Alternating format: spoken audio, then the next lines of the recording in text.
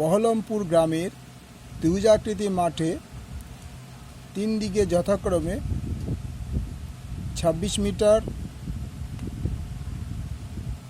বহরমপুর গ্রামের ত্রিভুজাকৃতি মাঠের তিন দিকের দৈর্ঘ্য যথাক্রমে 26 মিটার, 28 মিটার ও 30 মিটার। তাহলে একটা ত্রিভুজাকৃতি মাঠ আমরা আঁকছি।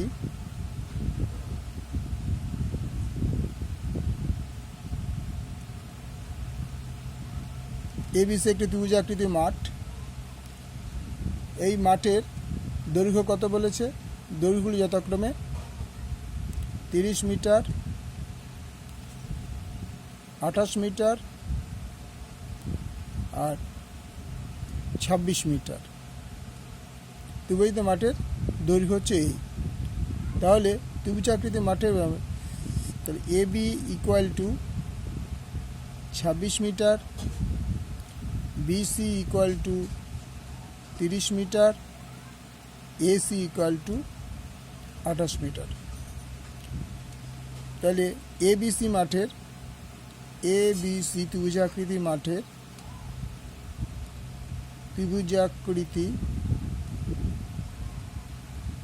মাঠের পরিসীমা ইকুয়াল টু পরিসীমা 2s ইকুয়াল টু 30 যোগ 28 যোগ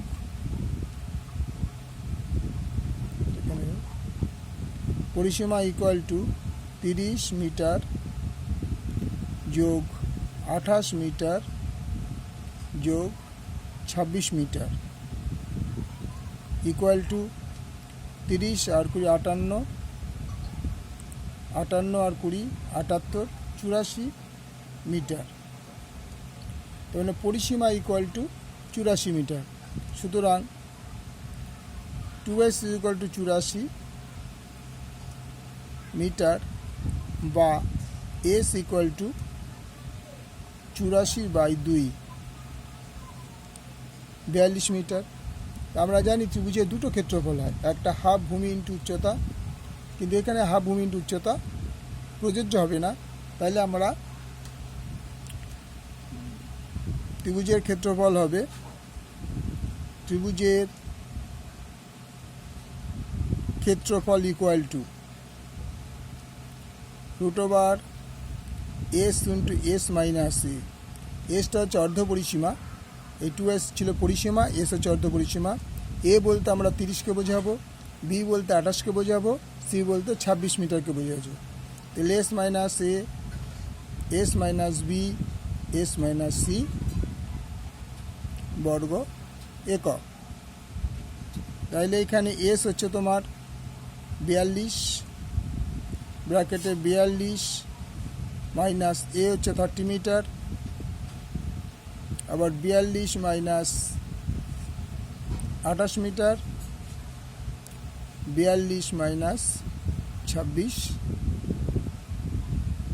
বর্গ মিটার। তাহলে কী দাঁড়াবে? 42 ইন্টু 12 ইন্টু 14 ইন্টু 16 বর্গ মিটার। 12 6 সমান তোমার 1 2 3, ঠিক আছে। এবার এটাকে ভাঙিয়ে নাও। 2 দুগুণে 3 দুগুণে 6, 6 7 42, 2 দুগুণে 4, 3 4 12, এটা 42, এই তিনটেতে 42 হলো, ইন্টু ইন্টু এই 3 4 12 হলো, ইন্টু এই 14 হবে 7 দুগুণে 14, ইন্টু 16 হবে 2 গুণ 2, 2 গুণ 4, 4 দুগুণে 8, 8 দুগুণে 16 বর্গ মিটার। তাহলে হিসাব করে দেখো, এই 2 একটা 2 স্কোয়ার, ইন্টু এই 3 একটা 3 স্কোয়ার, এই 7 ইন্টু 7 স্কোয়ার, আবার এই 2 ইন্টু 2 স্কোয়ার, এই 2 ইন্টু 2 স্কোয়ার, এই 2 ইন্টু 2 স্কোয়ার বর্গমিটার। তাহলে এবার স্কোয়ারগুলোর জন্য রুটের ভেতরে স্কোয়ারগুলো উঠে যাবে, রুট উঠে যাবে। আলটিমেটলি কী থাকবে 2 × 3 × 7 × 2 × 2 × 2 বর্গমিটার। তাহলে কত হয়? 3 দুগুণে 6, 6 দুগুণে 12, 12 দুগুণে 24, 24 দুগুণে 48, আবার 3 দুগুণে 6, 6 7 42, 42 দুগুণে 84, 84 দুগুণে 168 হয়। 3 দুগুণে 6, 6 7 42, 42কে 2 দিয়ে গুণ করো 84, 84কে 2 দিয়ে গুণ করো 168, 68কে 2 দিয়ে গুণ করো 6 8 2 16, 6 তোমার 1, 6 দুগুণে 12 13, 3 হাতে আমার 1, 336, 8 দুগুণে 16, 6 তোমার 1, 6 3 12 12 13 3, 2 কে 2 336 বর্গমিটার, 336 বর্গমিটার। তাহলে প্রতি বর্গমিটারে কটা খরচা পড়ে? প্রতি বর্গমিটারে 5 টাকা হিসাবে খরচা হবে। তাহলে প্রতি বর্গমিটারে খরচ, প্রতি বর্গমিটারে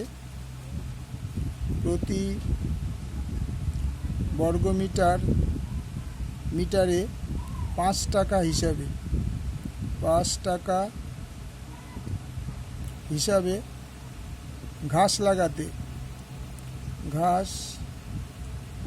লাগাতে মোট খরচ ইকুয়াল টু 336 × 5, 5 6 30 0 তোমার 3, 5 6 3 5 15 3 18, 18 তোমার 1, 3 5 15 1 16, 1680 টাকা। তাহলে ক্ষেত্রফল আমরা কি পেয়েছিলাম? 336 বর্গমিটার, আর প্রতি বর্গমিটারে ঘাস লাগাতে টোটাল লাগছে 1680 টাকা। এটা আমাদের 1 নম্বর পার্টের উত্তরটা হয়ে গেল।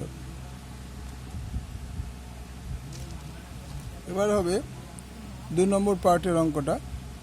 2 নম্বর পার্ট কি বলেছিল? যে ত্রিভুজাকৃতি মাঠের প্রবেশের গেটের জন্য 5 মিটার জায়গা ছেড়ে চারদিকে বেড়া দিয়ে ঘিরতে হবে।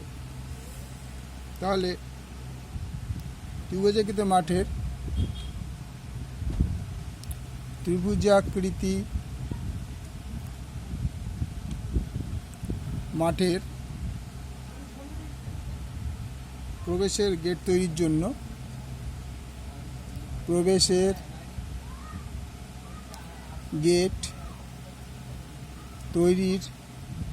জন্য 5 মিটার জায়গা ছেড়ে দিতে হবে। 5 মিটার জায়গা ছেড়ে দিতে হবে। ছেড়ে দিয়ে তাহলে 18 টাকা হিসাবে ওই মাঠকে ঘিরতে কত খরচ হবে?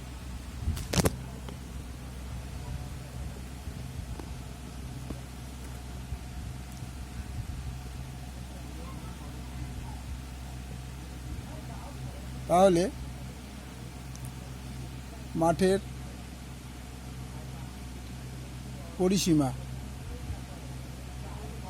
ইকুয়াল টু 30 যোগ 26 যোগ 28, তা কত হলো? তোমার ইকুয়াল টু 84 মিটার। 5 মিটার জায়গা ছেড়ে দিলে, 5 মিটার জায়গা ছেড়ে দিলে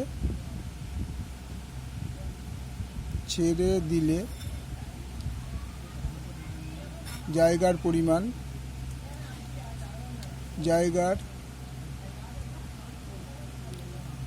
ইকুয়াল টু 84 বিয়োগ 5 ইকুয়াল টু 79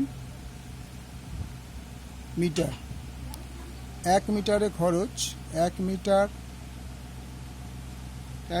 বেড়া দিতে খরচ, 1 মিটার বেড়া দিতে খরচ 18 টাকা। তাহলে 79 মিটার বেড়া দিতে খরচ হবে 18 × 79।